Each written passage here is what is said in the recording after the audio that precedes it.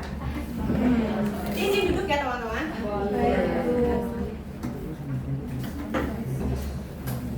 Oke, baik. Ketua kelas, siapa yang nggak hadir hari ini? Hadir semua, Ibu. Oh, hadir semua. Oke, alhamdulillah karena sudah hadir semua. Bisa kita tolong langsung disiapkan saja. Oke, siap. Sebelum memulai pembelajaran kita pada hari ini, akan kita berdoa. Kita menetapkan kepada yang masing-masing. Berdoa dimulai. Saya memberi salam. Assalamualaikum warahmatullahi wabarakatuh. Waalaikumsalam warahmatullahi wabarakatuh. Oke, selamat pagi teman-teman semua. Pagi. Oke, hari ini kita akan melanjutkan pertemuan sebelumnya. Sebelumnya saya mau refleksi dulu. Teman-teman masih ada yang ingat gak materi sebelumnya kita belajar apa? Lembaga sosial. Oke, perwakilan satu orang atau dua mengulang kembali materi pertemuan sebelumnya. Siapa? Tunjuk kali ya. Siapa ini? Siapa ya? Oke, mungkin boleh Laura. Ibu, kemarin kita belajar tentang peran lembaga sosial. Ada 5 jenis lembaga sosial, yaitu keluarga, pendidikan, politik dan hukum, ekonomi dan agama.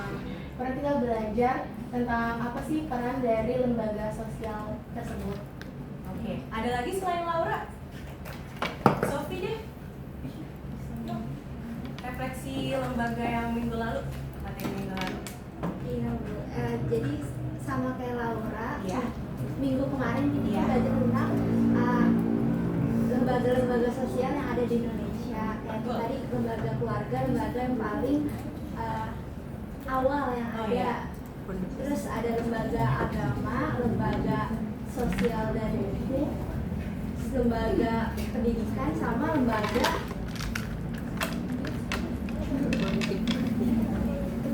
politik. Oke, betul banget. Nah teman-teman, hari ini kita akan memperdalam materi minggu lalu. Di sini ada analisis hubungan peran lembaga sosial. Ada gambar siapa ini? Polisi. Siapa polisi? Ada siapa lagi selain polisi di sini? Motor. Pengendara motor. Siapa lagi selain itu? Ada pohon. Gak kelihatan ya? Orang Ibu. Nah ini orang-orang yang bekerja di lembaga sosial. Masih rahasia, nanti dilanjutkan. Di sini ada pertanyaan pemantik nih kepada teman-teman semua. Mengapa sih seringkali terjadi kekacauan padahal ada aturan dan lembaga? Menurut teman-teman apa sih alasannya? Yuk kita diskusi. Karena masyarakatnya Angkat kurang. tangan. Iya Cina boleh silakan. Menurut aku, kenapa masih ada yang melanggar? Menurut aku kurang kesadaran masyarakat tentang norma atau aturan itu sendiri sih, Bu. Gitu menarik ya. Ada lagi selain Cina? Karena sanksinya kurang tegas, Bu. Sanksinya kurang tegas. Mau setegas apa memang kita? Misalnya ada orang melanggar lalu lintas, itu biasanya dibiarin aja. Ih, saya sering loh teman-teman kalau misalkan saya tadi juga berangkat ke sini ya ke sekolah, saya kan lampu merah ya, saya kaget lihat orang yang pada lewat jalan trotoar, terus juga lampu merah bukannya di zebra cross malah di depan. Itu baik gak sih sebenarnya? Enggak, Bu. Kriminal, Bu. Kriminal. Ih, serem banget nih. Nah, kriminal ya. Oke, sekarang kita lanjut ke lembaga utama di masyarakat kita. Ada 3 secara sederhananya. Yang pertama itu ada lembaga keluarga, lembaga pendidikan, dan lembaga agama. Kita bahas dulu ya yang lembaga keluarga. Di sini lembaga keluarga itu berperan sebagai sosialisasi primer dan fondasi awal disiplin. Dari keluarga ini kita belajar bagaimana caranya tata krama, kasih sayang, saling menghormati, dan kita tuh mengenal awal mula dari norma sosial sebelum kita masuk ke ranah yang lebih luas. Yang artinya kalau misalkan kita lulus nih ujian di lembaga keluarga, mungkin kedepannya insya Allah bakal lebih mudah untuk beradaptasi di lembaga yang lebih luas di masyarakat. Selanjutnya ini ada lembaga pendidikan. Siapa yang sekolah di sini? Saya.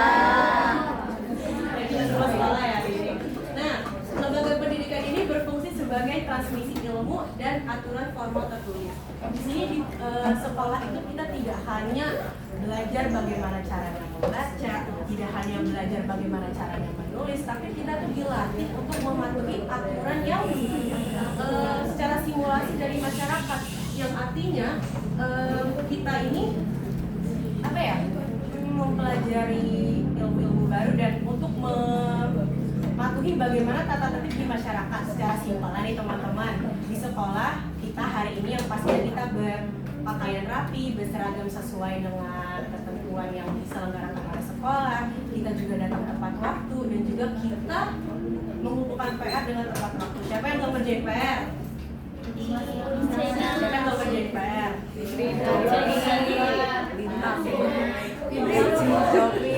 Oke, kita lanjut ke lembaga yang terakhir, itu lembaga agama. Nah, karena di sini kita membahas lembaga agama, apa sih yang terlintas pertama kali di kepala teman-teman kalau saya sebut lembaga agama?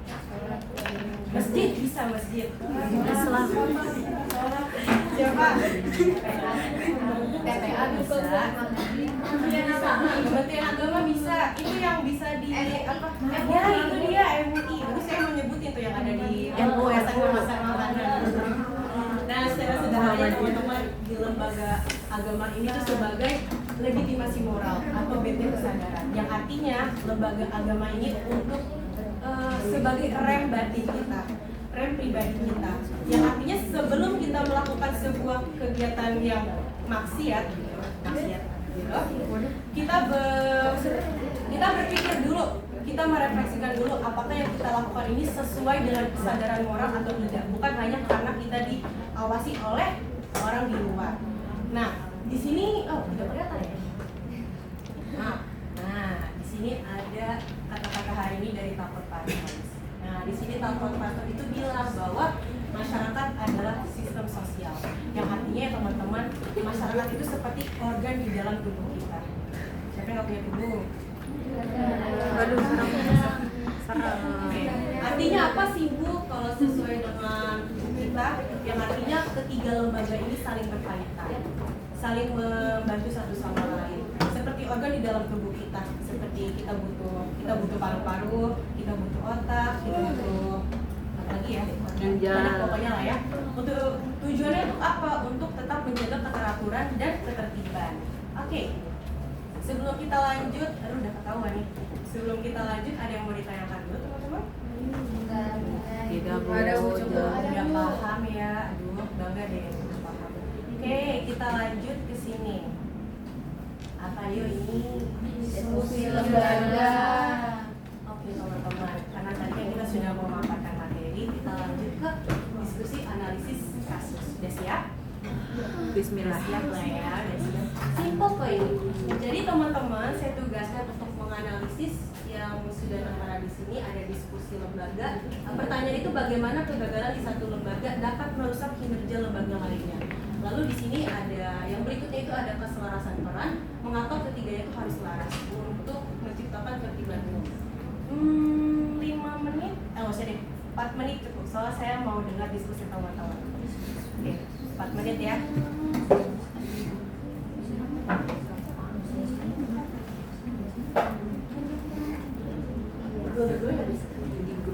Iya, kita diskusi sebangku ya.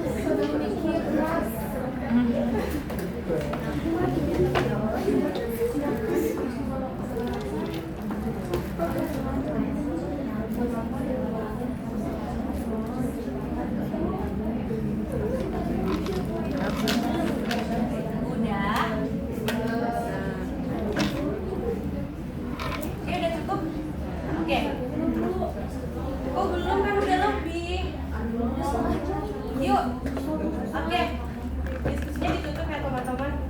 Oke, saya minta perwakilan untuk mendiskusikan hasil diskusi teman-teman. Boleh langsung aja diangkat. Angkat tangannya. Siapa? Silakan. Saya mau menjelaskan hasil diskusi saya dan teman-teman saya Ya. yang tentang bagaimana kegagalan di satu lembaga merusak kinerja lembaga lainnya. Nah, jadi menurut kami ketika ketiga lembaga sosial itu kan saling berkaitan kan dan saling mempengaruhi satu sama lain.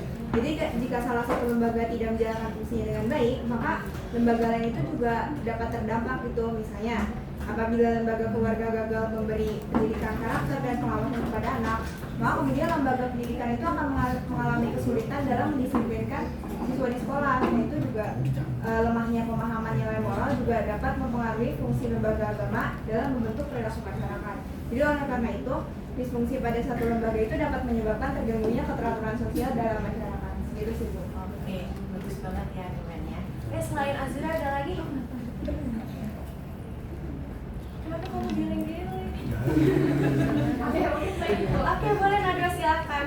Oke, jadi kan ada 3 lembaga keluarga yang pertama. Nah, misal lembaga keluarga kan lembaga pertama ya.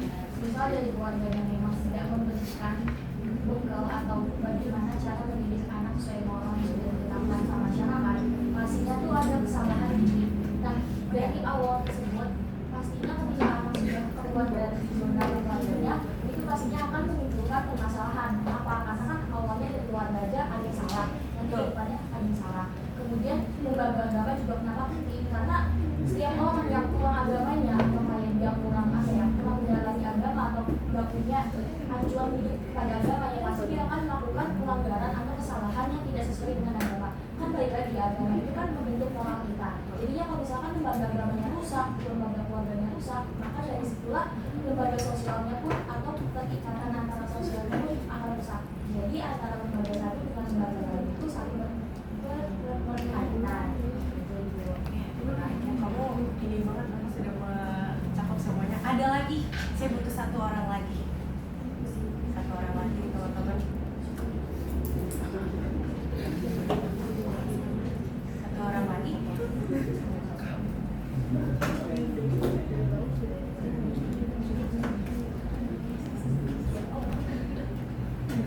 Oke, baik.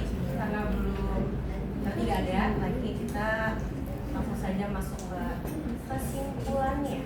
Kesimpulan dari terima kasih yang sudah memberikan argumen tadi juga. Oke, kesimpulan dari pertemuan dan materi hari ini yang sudah disampaikan oleh teman-teman dari Azura, dari Nadwa, ketertiban itu bukan proses yang instan ya teman-teman, melainkan hasil kerja keras kolektif seluruh lembaga sosial yang berfungsi sehingga lembaga pendidikan itu tidak bisa berdiri sendiri tanpa ada bantuan dari lembaga sosial lainnya. Di sini saya ada pertanyaan retoris, tidak perlu dijawab, tapi direnungkan saja oleh teman-teman.